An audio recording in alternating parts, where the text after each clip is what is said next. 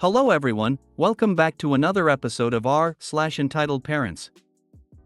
In today's episode, entitled family arrives late to restaurant, demands Wi-Fi and insults my great-grandparent. They end up paying 20 times the price of the menu. Entitled mom insists I'm a predator at the pool, all because I'm homeless. How do I get out of this situation without a family mess? Before we get started, make sure to subscribe so you will never miss a video.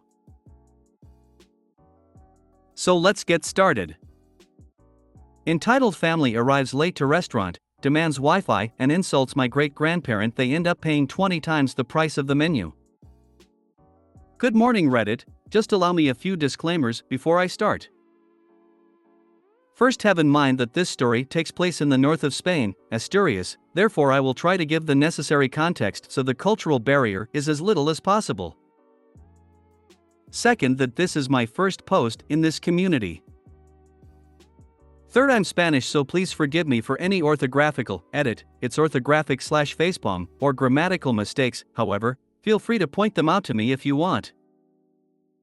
This got longer than I expected. I'm missing an XXXL tag, smiley face. Now let's get started. First of all, I will give out some context, so feel free to skip this and go directly to the story. This took place a couple of years ago, when I was 17 and I used to spend part of my summers helping in my grandpa's restaurant. The restaurant was located in the bottom floor of our family house in a little village, 30 inhabitants, and my great-grandparents, the parents of my mom's mom, lived in the upper floor.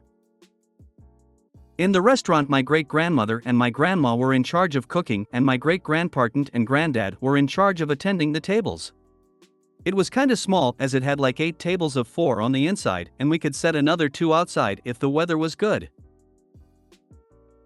As the restaurant also served as a bar, it was filled with locals, and as many of them were retired, they used to spend the whole day playing cards and drinking beer/wine, so although it was a small location in summer, usually was full of people.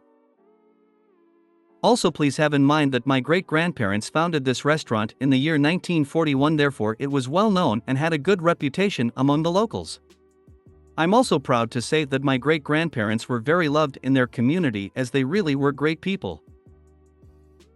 Although it was a quite remote place, in summer we used to get like 4 or 5 groups of tourists per week, and the rule was that my brother and I were in charge of serving their tables, as we were the only ones who knew any other language than Spanish.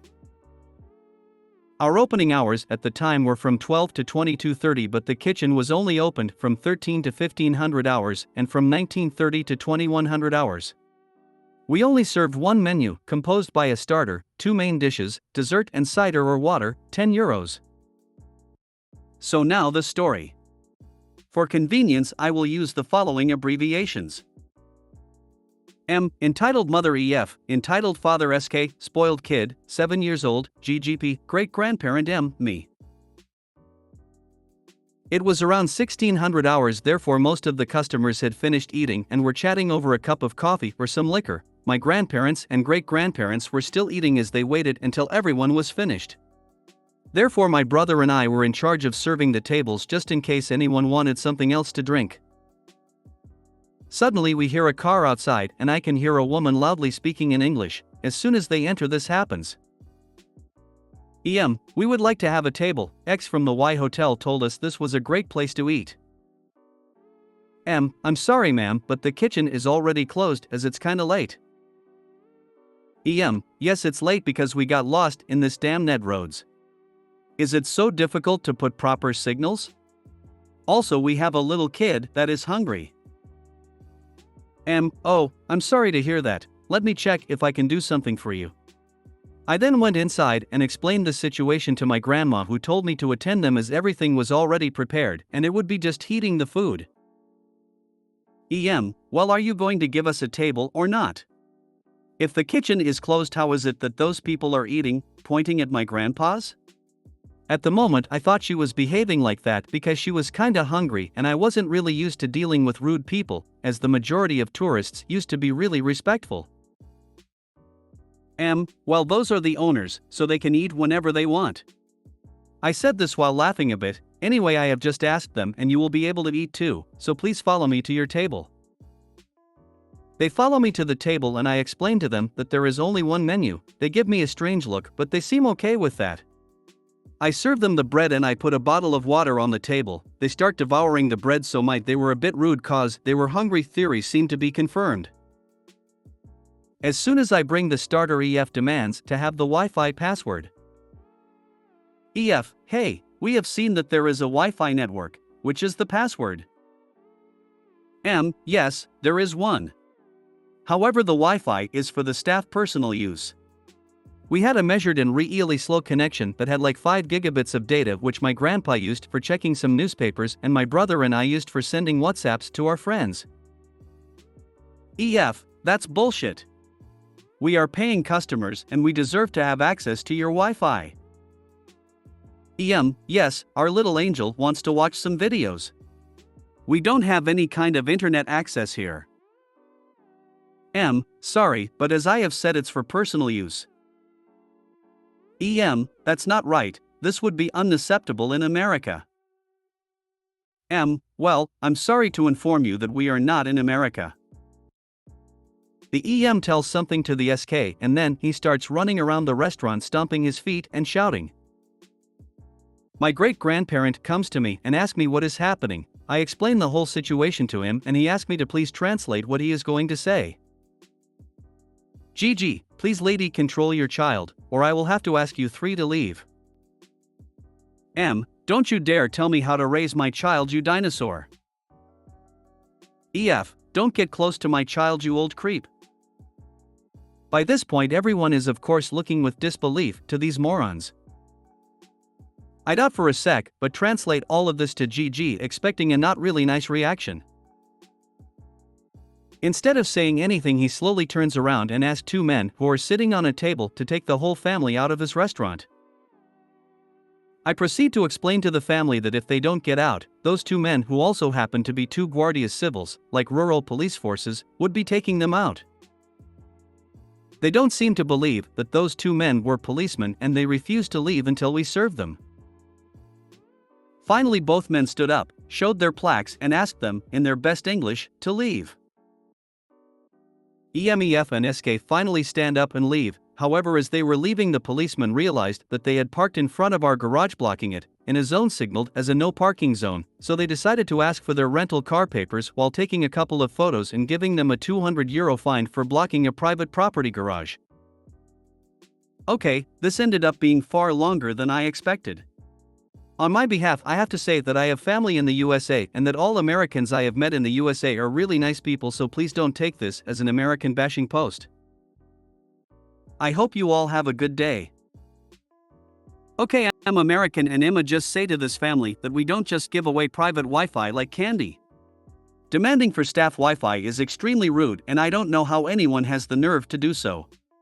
Okay, that's all I had to say. That was a nice story. As an American, I apologize. Thanks to these dumb fucks, our image is bad. Thanks to years of brainwashing, people tend to believe the whole "because I am from here I am superior" or everyone must speak English. Thanks for reading. And no need of apologizing for them. I know plenty of nice Americans and also plenty of Spanish jerks. They might not have gotten a meal, but those EPs got some just desserts. When you used the word orthographical to explain any spelling mistakes and then I had to look up what that meant, I knew there wouldn't be any spelling or grammatical errors. I'm American, and my parents taught me to never act like this when traveling abroad. They were terrified of being the stereotypical rude American tourists.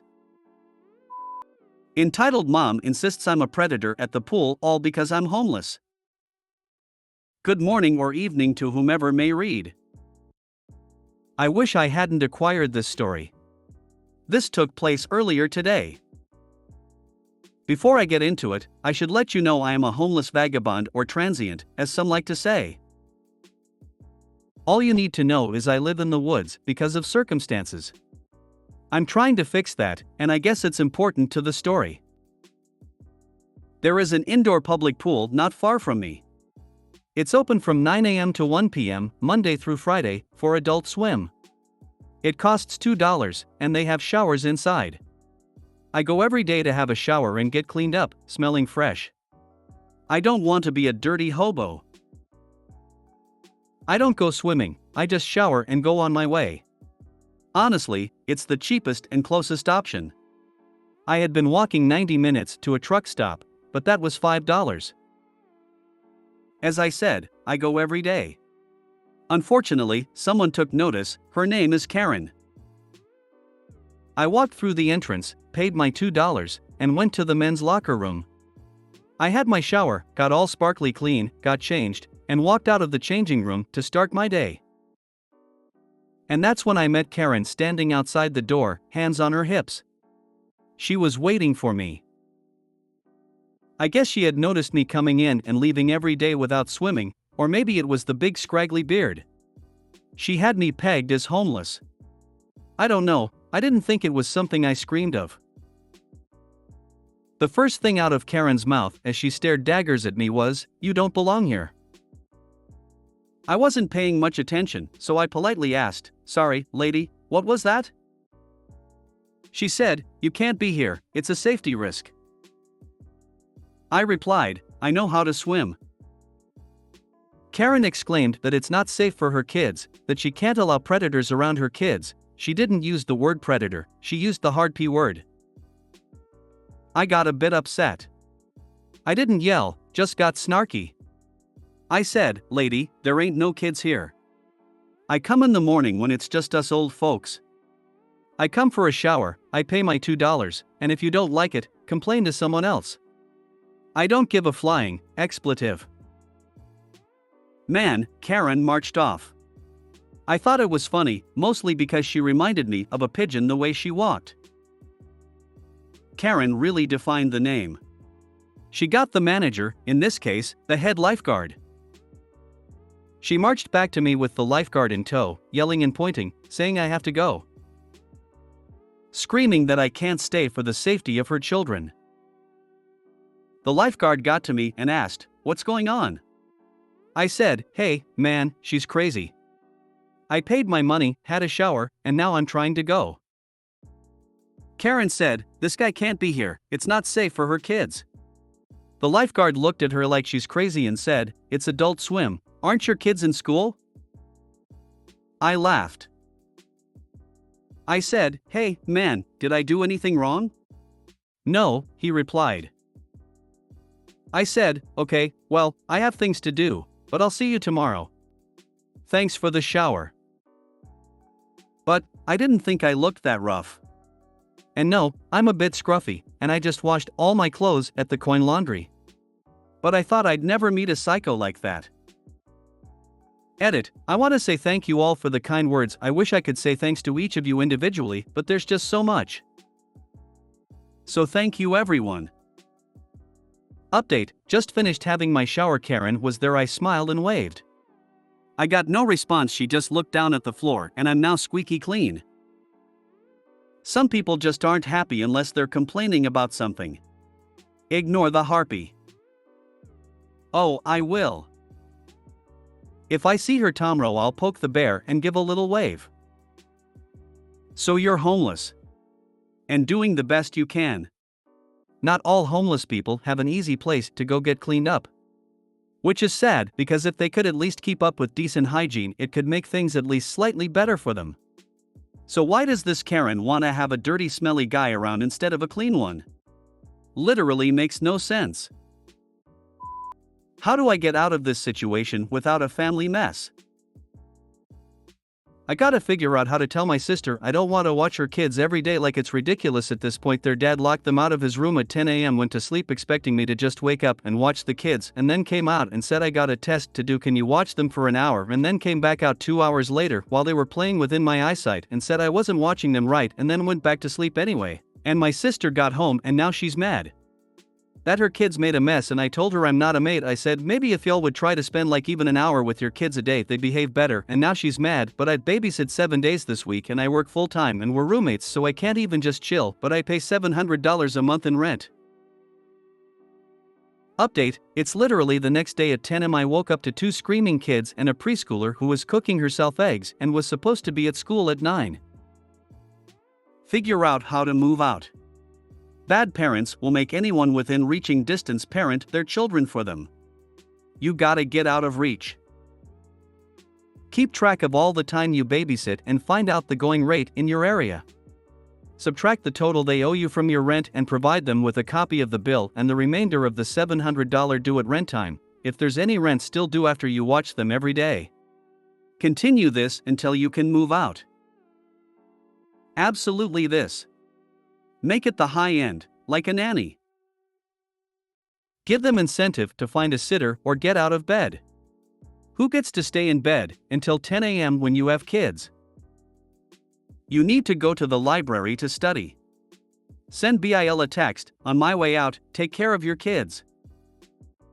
Don't let BIL sleep.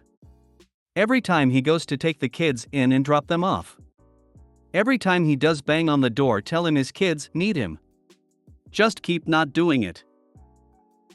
If you can't afford to move out right away, try and make sure to leave the house more. Tell your sis or her awful husband that you will not be home and you will not be watching the kids. Send it via email or text, too, so that if you leave and the kids are unattended, you can prove the parents were warned. The best option is to move out with some friends and share a place with them. If you made it to the end of the video, thanks for watching. Don't forget to like, subscribe and share, and we will see you in the next video.